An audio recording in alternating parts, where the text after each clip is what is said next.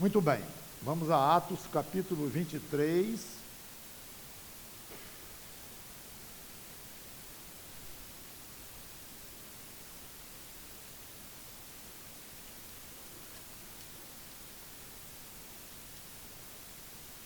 Continuando esse drama muito grande na vida do apóstolo Paulo, em que ele foi preso.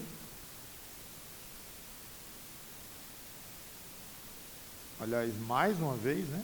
Ele foi falar com a multidão, e a multidão quis despedaçá-lo, matá-lo. O centurião, comandante da guarda, o recolheu e queria açoitá-lo, soube que era cidadão romano. Paulo disse, então, por lei era proibido açoitar um cidadão romano antes de ser julgado. Então, o comandante resolveu mandá-lo para o Sinédrio, e já vimos a cena em que ele compareceu, e novamente confusão no final das suas palavras, aliás, sempre interrompidas no meio, e o comandante recolhe novamente Paulo para a prisão. Parece que não sabia nem direito o que fazer com ele. Aí vimos no versículo 11 que o Senhor Jesus Cristo mais uma vez aparece numa visão à noite para Paulo e o tranquiliza, e disse que ele iria para Roma, que Cristo queria que ele desse testemunho dele em Roma, como já tinha dado em Jerusalém. E ficamos assim. Versículos 12 em diante, eu vou ler agora um texto grande, porque não tem muita... É sobre o que aconteceu, apenas detalhes desse desenrolar, mas sem muito o que comentar. Então, 12 a 20, até 25. Quando amanheceu, os judeus se reuniram e, sob anátema, juraram que não haviam de comer nem beber enquanto não matassem Paulo. Eram mais de 40 os que entraram nesta conspirata. Estes, indo ter com os principais sacerdotes e os anciãos, disseram: juramos, sob pena de anátema, não comer coisa alguma enquanto não matarmos Paulo. Agora, pois, notificai ao comandante, juntamente com o Sinédrio, que vô-lo apresente como se estivesses para investigar mais acuradamente a sua causa. E nós, antes que ele chegue, estaremos prontos para assassiná-lo. Mas o filho da irmã de Paula, ou seja, primo, tendo ouvido a trama, entrou na fortaleza e de tudo avisou a Paulo. Então este, chamando um dos centuriões, disse: leve este rapaz ao comandante, porque tem alguma coisa a comunicar-lhe. Tomando-o, pois, levou-o ao comandante, dizendo: o preso Paulo, chamando-me, pediu-me que trouxesse à tua presença este rapaz, pois tem algo que dizer-te. Tomou-o pela mão o comandante e, pondo-se à parte, perguntou-lhe: que tens a comunicar-me? Respondeu ele: os judeus decidiram rogar-te que amanhã apresentes Paulo ao Sinédrio, como se houvesse de inquirir mais acuradamente a seu respeito. Tu, porém, não te deixes persuadir, porque mais de 40 entre eles estão pactuados entre si, sob anátema, de não comer nem beber enquanto não o matarem. E agora estão prontos, esperando a tua promessa. Então o comandante despediu o rapaz, recomendando-lhe que a ninguém dissesse ter-lhe trazido estas informações. Chamando 2 centuriões, ordenou: tende de prontidão, desde a hora 3ª da noite, 200 soldados, 70 de cavalaria e 200 lanceiros para irem até Cesareia. Preparai também animais para fazer Paulo montar e ir com segurança ao governador Félix. E o comandante escreveu uma carta nestes termos. Vamos orar. Santo Deus, nosso bom Pai, obrigado por essas histórias que a tua palavra contém, tão interessantes, às vezes dramáticas, às vezes bastante violentas, mas às vezes lindas de emocionar, mas todas elas sendo como são a tua palavra, contendo ensinos, contendo lições e contendo revelações de ti. Então, que aprendamos um pouco mais com o que estamos assistindo aqui, se desenrolar diante dos nossos olhos, pelo menos os olhos da imaginação, essas coisas que aconteceram realmente com o teu servo Paulo. Em nome do Senhor Jesus Cristo. Amém. Então, é muito clara aqui a explicação, cheia de detalhes, inclusive.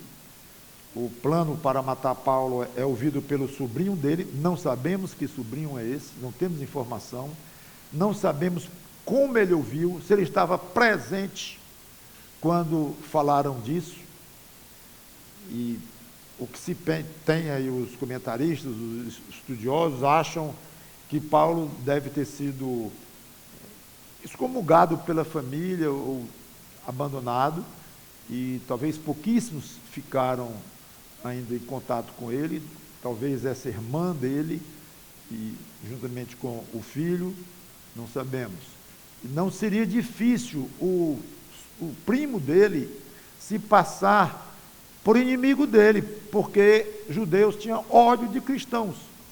Então, não seria, e a família devia estar com ódio dele, então não seria difícil os judeus ali conversando sobre matarem Paulo, na frente do primo dele mesmo, porque, não, do sobrinho dele, eu falei primo, mas filho da irmã é sobrinho. Seja como for, ele ouviu, e correu para Paulo, e contou para Paulo.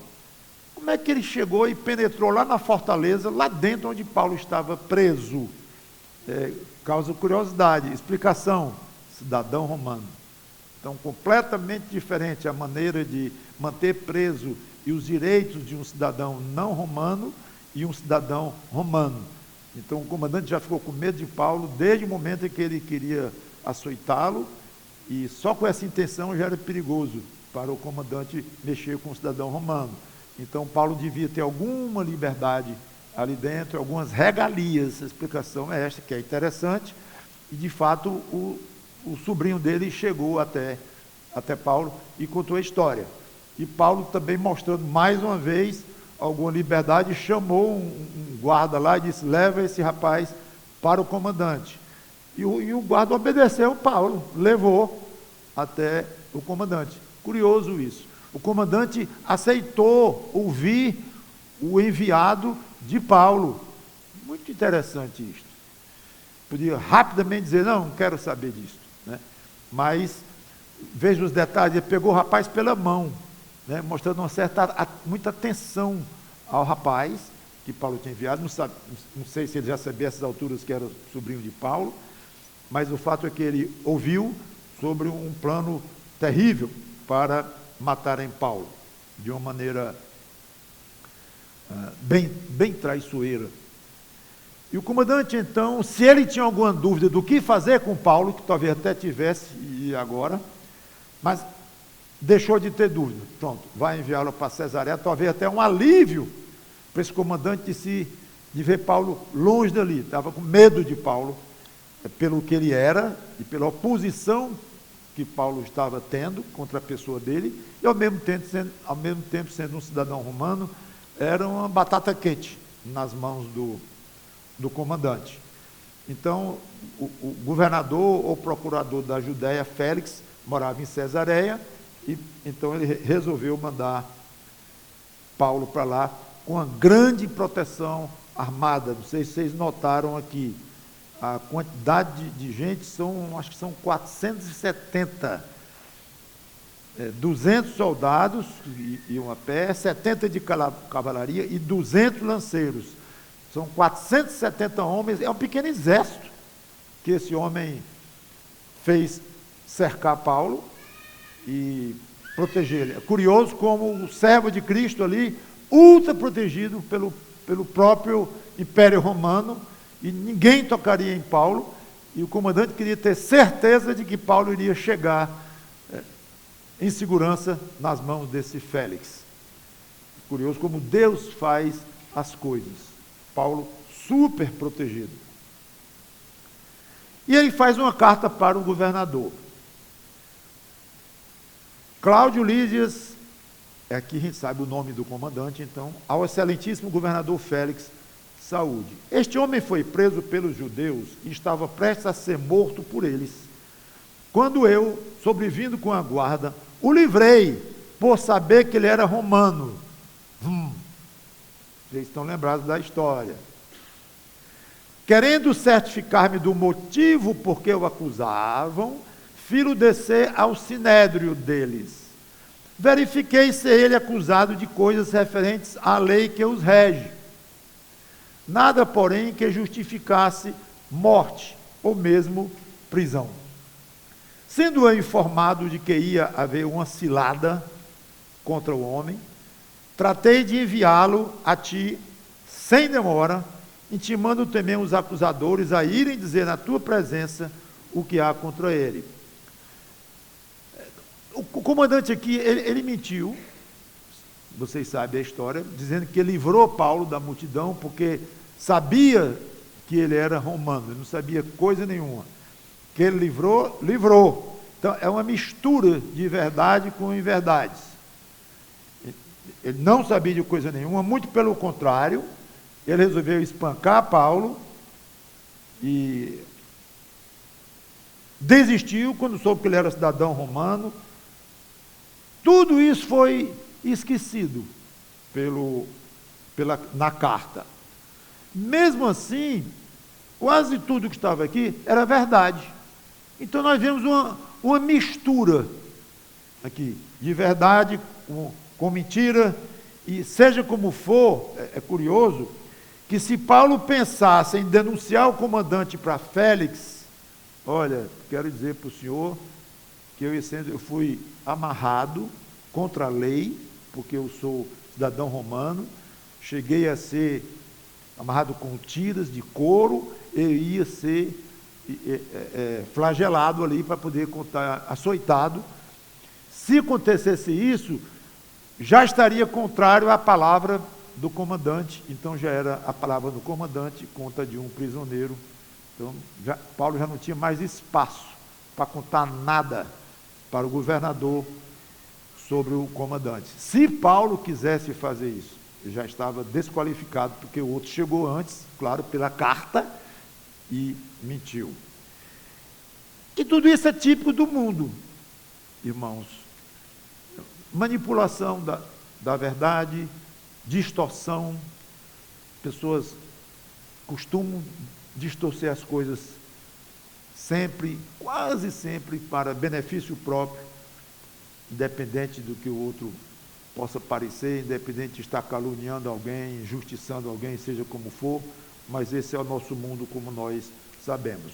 Então não tem nenhuma novidade eu dizer que o mundo é assim. A novidade, que também talvez não seja novidade, mas a lembrança é, não somos do mundo. Eu sei que vocês sabem que o mundo é assim. Sei que vocês já sofreram muito nas mãos de muita gente ao longo das suas próprias vidas. Estamos vivendo aí dentro do mundo, dos quais nós mesmos éramos antes da nossa conversão. Então, isso não é novidade. Agora, nós não podemos ser assim. Então, esse tipo de comportamento não vale para o crente. Jesus disse sim, sim, não, não. É totalmente errado, pecaminoso, o crente sair do sim, sim, não, não. O que é, o que não é, não é. Mesmo quando falamos pouco, que seja o que é verdade, o que é sincero.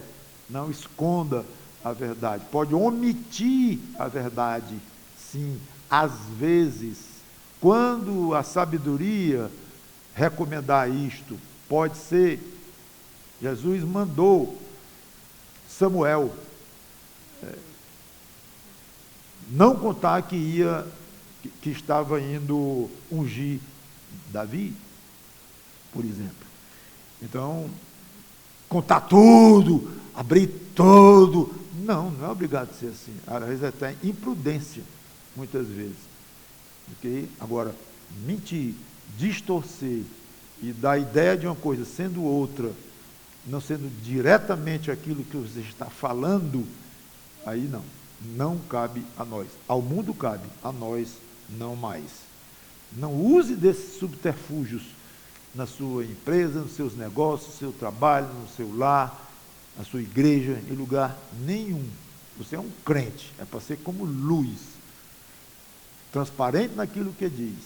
Não quiser dizer tudo, não diga.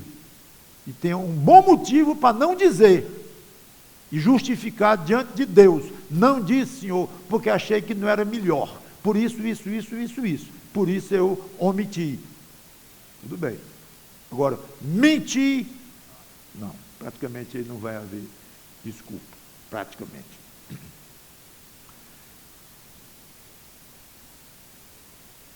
Os soldados, pois, conforme lhes foi ordenado, já cheguei no 30, já cheguei. Então, a carta se encerra. Os soldados, pois, conforme lhes foi ordenado, tomaram Paulo e durante a noite o conduziram até Antipátride. E começou a viagem. Eu fico imaginando Paulo vendo aquele movimento que foi urgente, foi na hora. Quando o rapaz, o sobrinho de Paulo, contou para o comandante, foi imediatamente, o comandante ficou apavorado de Paulo morrer nas mãos dele. Nas mãos dele significa debaixo do comando dele. Um cidadão romano ser assassinado por uma turba de judeus que mataram, tudo bem, o outro era judeu também, mas era cidadão romano. E era o que interessava para eles antes disso. Então o comandante estaria em maus lençóis se Paulo caísse morto, ali traído pelos seus compatriotas judeus. Então imediatamente eles foram, e eu fico imaginando Paulo vendo aquela movimentação toda na prisão, gente para lá e para cá, e se arrumando, e deve ter havido um movimento muito grande, 470 pessoas para protegerem Paulo, além dos animais que o próprio Paulo foi montado, como nós vimos aqui, e indo chamá-lo, vamos viajar imediatamente, talvez estivesse dormindo, já levanta, e tudo muito urgente, iniciando a viagem. E tudo isso se passando depois de Jesus Cristo ter avisado para ele: calma, você vai para Roma, eu quero que você vá a Roma testemunhar de mim. Irmãos, deve ter valido muito para Paulo, dentro de uma situação completamente insegura, esquisita, estranha, e sabendo que era alvo de um complô contra a vida dele. Isso pesa, isso oprime um homem. E agora mandado para um governador, o que vai acontecer comigo? Deve ter pesado muito as palavras do Senhor Jesus Cristo: eu vou lhe mandar para Roma. Então ele podia ter certeza, dizer assim: eu não estou indo para Cesareia, não é o alvo da minha viagem, o destino da minha viagem não é Cesareia, é uma escala, eu vou é para Roma. Então ele tinha alguma coisa firme no que crer, ele tinha um amparo dito explicitamente pelo Senhor Jesus Cristo. Deve valer muito, e que isso nos ajude a aliviar nos momentos de medo, de frustração, mesmo que a gente não tenha uma revelação direta de Cristo sobre algo. Agora, imagine, antes de algum acontecimento muito sofrido na sua vida, muito difícil, antes Jesus lhe aparecer e dissesse o que iria ocorrer: vai acontecer isso. Desagradável, difícil, mas vai acontecer porque eu quero. Vai ser assim. Então, com essa previsão anterior, e você sabendo que aquilo que você agora começa a passar, difícil, aquilo é a vontade de Cristo, acho que todos aqui concordamos que seria muito mais fácil, muito mais de suportar. Porque ele me disse que isso está nos planos dele. Não me explicou detalhes, mas ele falou que isso aqui ia acontecer do jeitinho que está acontecendo aqui. E todos nós, admitimos que não iria mudar a dificuldade em si, mas a nossa angústia, o nosso medo iria ser bem diferente. Sim, pastor, mas não se esqueça que o Senhor diz assim: suponha que Jesus aparecesse antes de uma provação grande, mas ele não aparece. Assim, seu exemplo não está muito bem. Para Paulo ele apareceu, mas para mim ele nunca apareceu. Então, o que adianta dizer isso? Porque o fato de Jesus não nos avisar previamente, que realmente ele não avisa, no sentido individual, ele não avisa para você, pessoalmente, dentro da sua situação, do seu caso, do seu dia a dia. Isso ele não costuma fazer atualmente, como não costumava fazer na época. Fez com Paulo, mas é algo absolutamente esporádico, extraordinário, dentro da rotina. Não pensem que os crentes, de uma maneira geral, estavam vendo visões de Jesus Cristo todo o tempo e sendo avisados do que ia acontecer. Negativo. Nem o próprio Paulo. Nem Paulo. Então, o que eu quero dizer é o seguinte, que não tem nada extraordinário hoje o fato de Jesus não aparecer dizendo que vai acontecer isso conosco. Logo, isso não anula o fato de a gente ficar angustiado, não alivia um pouco não. Eu discordo. Por quê? Porque embora Jesus não previna você pessoalmente do que vai acontecer hoje, ou amanhã, ou na próxima semana, alguma coisa particular da sua vida, mas ele previne, e muito bem prevenido, do que espera os crentes, de uma maneira geral. Então, meu irmãozinho, minha irmãzinha, sinta-se devidamente prevenido, tanto quanto o apóstolo Paulo foi. Não com os detalhes do apóstolo Paulo que ele teve daquela visão. Claro que não vai ter esses detalhes todos, mas a essência do que Jesus disse, não vejo muita diferença. O quê? Você vai ter provações, porque eu estou dizendo: quem quiser vir após mim, a si mesmo se negue, tome a sua cruz e siga-me. Aí Paulo diz: os que quiserem ser fiéis serão perseguidos. Está escrito. Se você não está entendendo isso, está se esquecendo disso, se você não faz valer isso para lhe aliviar na hora de uma provação, é lamentável. Você está deixando de lançar mão de uma arma fortíssima para lhe dar mais tranquilidade e até mais segurança dentro da insegurança. Uma insegurança humana, aqui sim, muitas vezes será.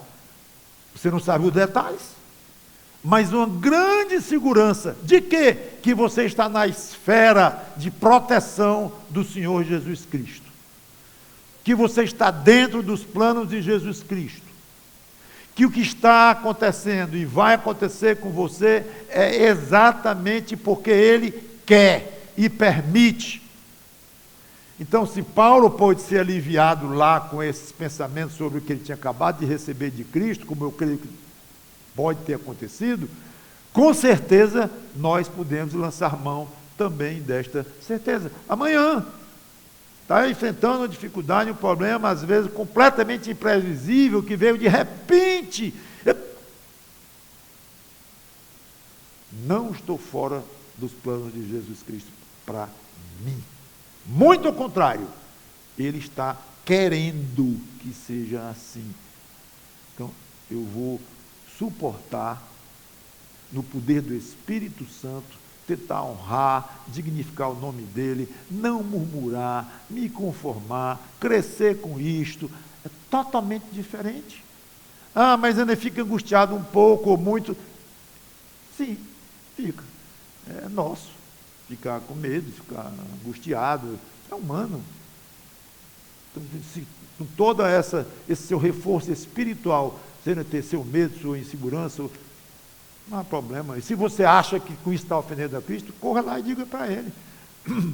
Confesse, pronto. Mas lance mão do fato de que você foi prevenido que iria sofrer neste mundo. Versículo 32.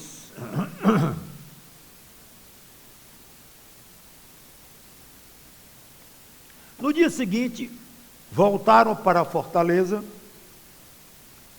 tendo deixado aos de cavalaria o irem com ele. Aqui ele quer dizer que eles foram até uma parte do caminho, até Cesareia, que era essa cidadezinha Antipátride.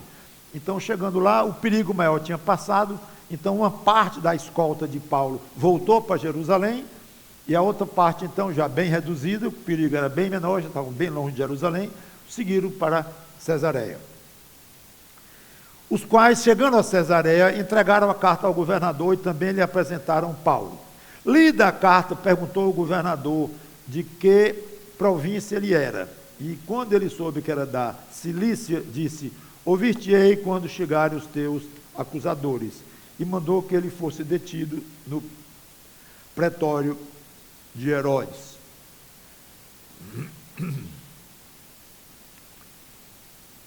Cinco dias depois, então, Paulo chega em Cesareia, é apresentado ao governador, que não quis ouvi-lo de imediato.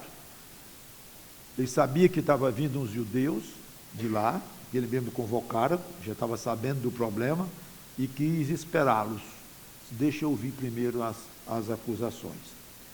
Então, 5 dias depois, versículo 1, desceu o sumo sacerdote Ananias, o tal, que eu já falei sobre ele, um homem completamente desqualificado para o cargo, com alguns anciãos e com certo orador chamado Tértulo, os quais apresentaram ao governador libelo contra Paulo. Sendo este chamado, Paulo, chama Paulo, todo mundo ali presente, passou o Tértulo a acusá-lo, dizendo: se prepare para você ouvir bajulação. Excelentíssimo Félix, tendo nós, por teu intermédio, gozado de paz perene, e também por teu previdente cuidado, se terem feito notáveis reformas em benefício deste povo. Sempre por toda parte, isto reconhecemos com toda gratidão. Ele era profissional nisso. Entretanto, para não te deter por longo tempo, rogo-te que, de conformidade com a tua clemência, nos atendas por um pouco. Irmãos, para mim dá gastura, toda vez que eu estou nessa parte de Atos, da gastura do começo desse discurso, uma bajulação barata, derramada, mas bem de acordo com a época. Desculpe os advogados aqui, mas muitos acham que esse Tértulo era advogado. Nada contra. Não é errado se dirigir a uma autoridade com respeito, palavras bem escolhidas, até alguns elogios, mas há uma grande diferença entre uma deferência apropriada e uma bajulação interesseira. Uma pequena abertura aqui, e eu gosto de fazer isso, vocês devem saber já, de introduzir, no meio de uma pregação expositiva assim, algum micro tema, algum assunto que eu acho que vale a pena abrir um pouquinho o parênteses para efeito prático. Sempre estou pensando o que a gente pode tirar de prático dessa história. Então, a questão da bajulação. Bajulação. Eliú, amigo de Jó, eu não sei se esses amigos é com aspas ou sem aspas, até hoje eu estou querendo saber se eu boto essas aspas ou não, mas esses amigos de Jó, esse Eliú condena a bajulação. Não vou ler. Davi esse aqui, Salmo 12, versículo 3, Davi diz assim, corte, agora Davi era forte, corte o Senhor todos os lábios bajuladores, fica tudo sem lábio, a língua que fala soberbamente, pois dizem, e continua, 2 tipos de língua, ou de lábios, Davi deseja que fosse cortado, o que bajula e o que é soberbo, arrogante. Agora, a soberba, a arrogância, ela dá realmente um certo asco, né? Ela causa uma repugnância, alguém que se acha senhor de si, e sempre querendo ser o melhor, e os olhos altivos, como a Bíblia fala, é algo muito ruim, muito, muito ruim, a arrogância, péssimo, isso quase fere a gente, estar perto de alguém assim não é nem agradável. Davi compara, em termos do que Deus devia, como devia castigar, com o bajulador. Não sei se você já pensou nisso. Ou seja, é muito grave, aos olhos de Deus, alguém bajulando o outro. Isso é abominável a Deus. Claro que isso é uma força de expressão de Davi, ele não esperaria que Deus realmente fosse cortar cada lábio, mas é uma forma exagerada, proposital, para mostrar o tamanho que ele tem contra os bajuladores. O livro de Provérbios, capítulo 28, também nós temos uma passagem sobre a bajulação, no versículo 23. O que repreende ao homem achará depois mais favor do que aquele que lisonjeia com a língua. Ora só, o bajulador, ele faz isso para poder escapar de uma condenação, de uma repressão, ganhar a amizade daquele a qual ele está bajulando, conseguir um favor do outro que é poderoso, ou que é rico, ou sei lá o quê. Então ele bajula. Aí Salomão, o Provérbios, está dizendo aqui, não é assim não. O que diz a verdade, o que repreende, vai ser mais louvado do que o bajulador. O bajulador não merece respeito, não.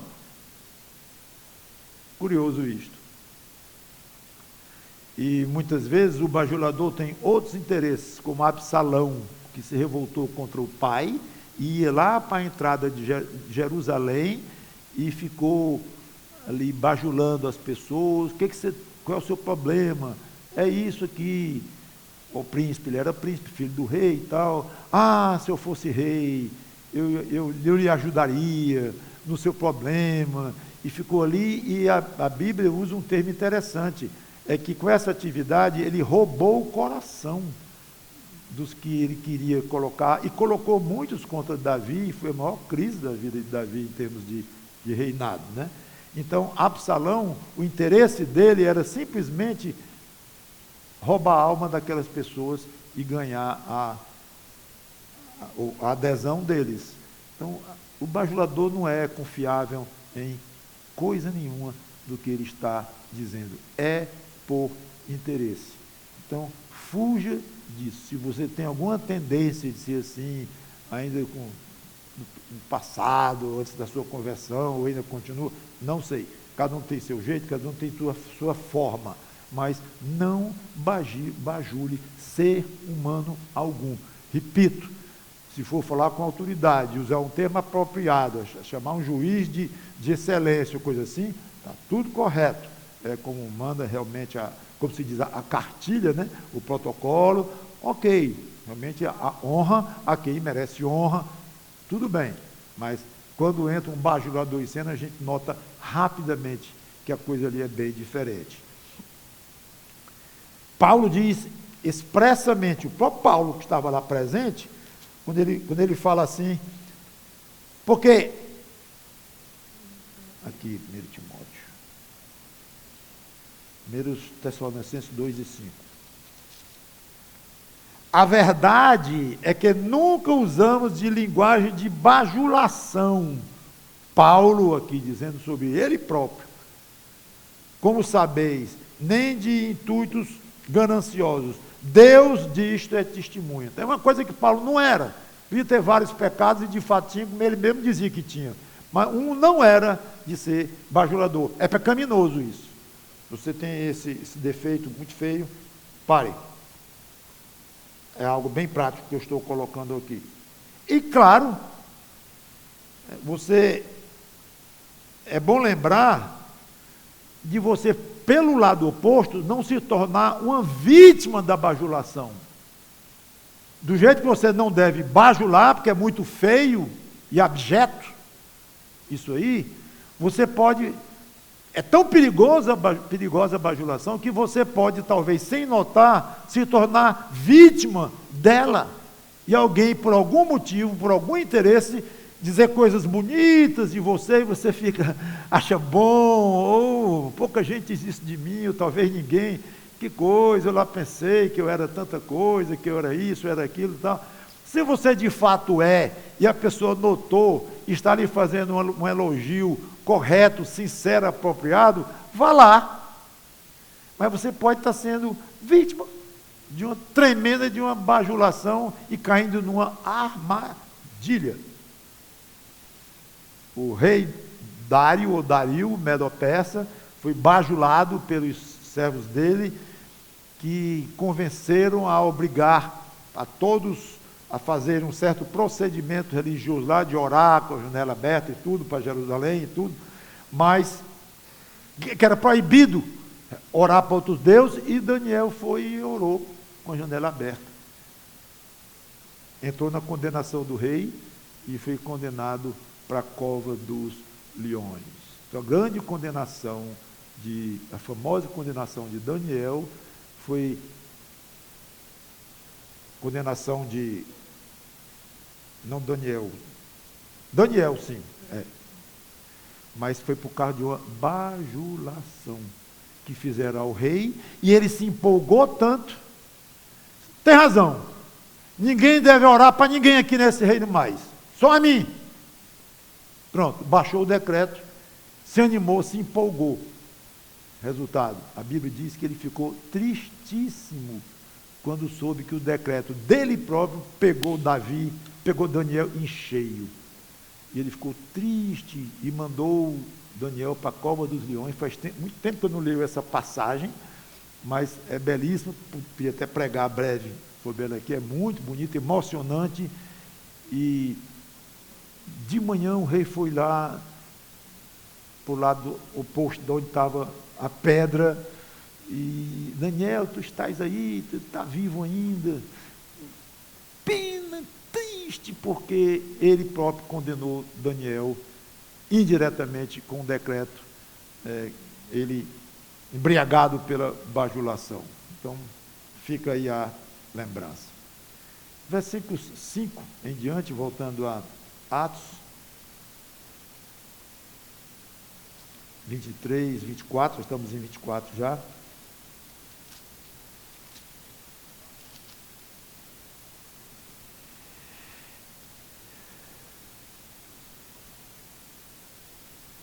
Eu parei no meio das palavras desse Tértulo, porque vocês vão ver agora outro homem. Porque tendo nós verificado que este homem é uma peste, olha, cadê aquela boquinha de seda? Cheia de elogios maravilhosos para Tértulo, de repente se torna uma língua de cobra. Pena que ele está errando no homem certo, né? É uma peste, é uma palavra muito forte no grego. E promove sedições entre os judeus esparsos por todo o mundo, sendo também o principal ditador da seita dos nazarenos, o qual também tentou profanar o templo. Nós o prendemos com o intuito de julgá-lo segundo a nossa lei. Mas, sobrevindo o comandante Lísias, o arrebatou das nossas mãos com grande violência, ordenando que os seus acusadores viessem à tua presença. Tu mesmo, examinando-o, poderás tomar conhecimento de todas as coisas de que nós o acusamos. Os judeus também concordaram na acusação, afirmando que estas coisas eram assim. Então o bajulador desaparece e se transforma numa língua ferina, tratando Paulo de uma maneira muito grosseira. O resumo das acusações contra Paulo: ele promove sedições entre os judeus esparsos pelo mundo. Sedição significa perturbação pública, insurreição, mais ou menos isto. A acusação era verdadeira, velho problema de verdade misturada com inverdade, de uma maneira confusa e extremamente perigosa. Misturar a verdade com mentira é uma arma muito poderosa do diabo e muito difícil de ser combatida muitas vezes, porque se tem verdade no meio, fica difícil se defender de uma maneira mais completa. Então, a acusação era verdadeira? Sim, porque houve muita confusão mesmo com as pregações de Paulo no mundo gentil por onde Paulo andou. Houve. Agora, não era verdadeira porque o perfil de Paulo era completamente diferente de um agitador que insuflava as massas, que era do que Tértulo estava acusando aqui. Completamente diferente. Paulo não pregava a perturbação da ordem. Os judeus é que se revoltavam contra o que Paulo dizia. A pregação dele, perseguiam Paulo. Paulo nunca disse nada contra a lei romana nas pregações. A intenção de Paulo não era de causar tumulto, mas de salvar a alma daquelas pessoas.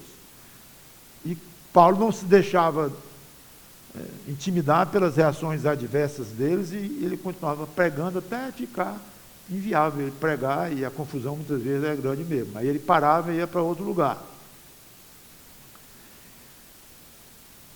A sua pregação tem causado o quê? Ixi, pastor, essa é a pergunta que se faz. A minha pregação está me confundindo com o senhor? Pregador é o senhor. Sou pregador. Tudo bem, não sou pastor, mas também não sou pregador, de estar aí pregando por aí, evangelista, nas praças, seja onde for. Eu pergunto assim, a minha pregação tem produzido que tipo de reação? A de Paulo causava uma confusão danada, a ponto dele ser acusado depois, injustamente, mas aparentemente com um certo motivo. Não perguntei achando que você é um evangelista, que você é evangelista, que digo, de ministério evangelista, né? O pregador, coisa assim, mas você é um crente. Ide por todo o mundo e pregai o evangelho a toda criatura, especialmente dirigido aos apóstolos, aos discípulos, a nós que viemos depois, os ministros, os pregadores, pastores, evangelistas, mas ao crente está ordenado falar e pregar. Então, quando eu pergunto como é que tem sido a reação da sua pregação, estou falando sério. Não é uma maneira só de mexer com você e lembrar. Não, é perguntando mesmo. Agora, o que pode estar acontecendo, sabe o que é? Eu vou dizer. É você praticamente não ter pregado nada. Ou quase nada. E por isso mesmo, talvez, tendo uma reação meio assim. Essa pergunta do pastor Mauro, não sei nem como é que aplica a mim mesmo. Eu não sei responder. Como é que a minha pregação, que tipo de efeito a minha pregação tem causado? Eu queria poder responder, mas eu confesso que não tenho dados para dizer. Uma resposta triste. Talvez muitos de nós poderíamos honestamente responder. Há quanto tempo eu não falo do Evangelho? Há quanto tempo eu não prego Cristo? Há quanto tempo eu não digo para um católico algumas verdades? Eu não digo para um espírita algumas verdades? Há quanto tempo eu não digo para um ateu algumas verdades? Não estou falando em brigar, discutir em alta voz, não. Mas pregar até onde for possível, como Paulo fazia. Então, o católico, o espírita, o ateu, o muçulmano, está disposto a ouvir, mesmo assim, meio resistindo um pouco, que é natural, mas está disposto a ouvir, eu vou em frente. Eu vou em frente, vai ficar inviável, começar a levantar a voz, não, para. Como Paulo parava, às vezes à força. Mas seja como for, esta pergunta talvez seja mais séria do que você pensa. Qual tem sido a reação à sua pregação do Evangelho? Quando pensar em pregador do Evangelho, não pense em mim, não. Nem nos pastores, pregadores, nos youtubers daí, não. E nem nos passados que já morreram, mas ficaram famosos. Não. Pense em você mesmo. O que você tem dito sobre Jesus Cristo? Primeira pergunta. Segunda, e uma vez que você falou alguma coisa, qual a reação? E aí vem, se a reação for aceitável e der para você ir continuando, vá, irmão, vá, minha irmã, fale de Jesus Cristo. E quando ficar inviável, tudo bem, é hora de você parar. Mas fica a pergunta, não é mal você causar um certo desconforto em alguém para quem você está pregando o Evangelho, mesmo num grupo de colégio, coisa assim, você diz algumas coisas lá e o pessoal balança ali, não, mas não é assim não, e não gosta muito. É isso mesmo. A pregação do Evangelho é para causar isso. Agora, sabe o que é que não causa de jeito nenhum? Somos todos cristãos. Todos. Espiritismo cristão. Cristão. Catolicismo não se fala. Cristão puro. Os evangélicos aí são meio esquisitões, tem todo tipo de evangélico e tal, mas cristãos. Somos todos cristãos. Pensando bem, mais do que isso, Deus é um só. Então, qualquer um que acredita em Deus, a rigor, o Deus Criador, não só tem um Deus Criador, só. Qualquer um que acredita no Deus Criador, se ele chama de Alá, se ele chama de Deus, de Jeová, de Adonai, é o mesmo Deus. Esse papo, e eu estou dizendo papo de uma maneira realmente pejorativa, esse papo não causa muita discussão, não. Famoso, perigosíssimo ecumenismo. Paz. Do jeitinho hoje que o mundo tolo, perdido, cego, anti-Deus, gosta. É assim que gosta. Sem discussão, respeitando o direito dos outros. Respeitando o que os outros pensam, como se fosse falta de respeito, dizer, eu creio na Bíblia. Sabe o que a Bíblia diz? Você quer ouvir, meu amigo? Ela diz isso. Ah, mas eu penso o contrário disso. Ok, só estou lhe dizendo que a Bíblia, em que eu creio que é a palavra de Deus, diz assim. Só, não é para estar brigando, desrespeitando coisa desse tipo. É isso. Então a Bíblia fala que homossexualismo é pecado, eu considero o homossexualismo um pecado e não aprovo o homossexualismo. Homofóbico. Homofóbico, porque o nome hoje é homofóbico, amanhã vai ser outro que vão inventar aí. É o da moda. Então, só em dizer alguma coisa, pronto, é completamente contrário na corrente do mundo e tem ódio de homossexual. Não tem direito de dizer que não tem ódio, não. Ora por eles, ama-os em Cristo, querendo a salvação deles. E está dizendo o que a Bíblia comenta. Não ama, não. Cala a boca, o cínico, além de odiar, ainda finge que não odeia. Cala a boca que é melhor. Está cada vez piorando o que tu está dizendo aí. É claro que você odeia o homossexual. E o crente vai fazer o quê? Ele vai dizer o que ele crê. Com certa sabedoria, pedindo a Deus momentos convenientes para dizer isso, não convenientes, cala, apropriados, mas tentando que a sua palavra seja com sal, como a Bíblia diz. O importante, gente, é nós mexermos com os outros, com a pregação do Evangelho. Mexer. Se isso vai causar mais um rebuliço ali, ou menos, se um vai se converter, o outro vai gostar ou não vai gostar, ou vai ficar frio, ou vai ficar com ódio, ou se for um tempo um pouco mais rígido, vai lhe denunciar na polícia e tal, vai botar você na cadeia. Aí eu não sei, o resultado está aí na Bíblia. Todo tipo de resultado. O que não pode é o crente calar. Esse é o problema do crente, é calar, parar de falar do Evangelho do Senhor Jesus Cristo. Quando eu digo calar, é com relação a esta pregação, porque eu já disse que calar, não adianta nada falar de um Jesus que a Bíblia não ensina. Isso é calar. Mas eu falo muito, tudo, da maneira como eu comentei, aberta, geral, eu estou falando direto. Você está falando de uma maneira contrária ao que deve ser. Talvez melhor ficar calado do que estar dizendo essas coisas que vão na contramão do que Cristo quer no Evangelho. Então, irmãos, vou parar aqui.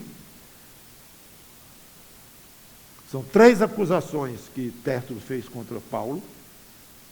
Eu queria terminar as 3, mas não vou passar desse tempo. Mas fica aqui essa admoestação final. Não se preocupe muito com o que vai causar a sua palavra e o que vão dizer.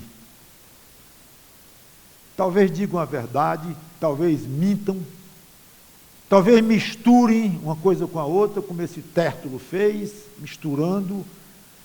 Não importa. Importa é você ter uma pregação para poder ao menos ter reação à sua pregação. O pior, como eu disse, você não tem pregação para reagir sua. Então, é uma beleza ser crente assim. Não vai ter discussão com ninguém nunca, não vai ter arranhão nunca, não vai ter desconforto nunca, todo mundo gosta de você, seus colegas, seus clientes. Olha, o cliente ali corta um pedido grande, hein? Você é crente, começa esse negócio de crente, Bíblia e tal. Não vou perder um cliente desse. Aí quer as bênçãos de Cristo sobre a sua empresa, ou sobre o seu curso, ou sobre qualquer coisa que você faz, se essa é a sua atitude de covardia, ou de preguiça, ou de comodidade, ou seja o que for, medo, para não levar o Evangelho de Cristo adiante, seja qual for o resultado. Vamos orar. Obrigado, Senhor Deus, pela Tua palavra, que o Teu Espírito Santo nos ajude a ser fiéis e pregar o nome de Cristo e o Evangelho do Senhor Jesus Cristo. O que aconteceu, o que vão dizer, o que vão falar, verdade ou não verdade, é secundário e praticamente não importa. Apenas devemos ser cautelosos e sábios para saber a hora de calar e até de não calar e ir para a fogueira, se preciso for, mas sob a orientação do Teu Espírito Santo. É em nome de Cristo que pedimos e agradecemos. Amém.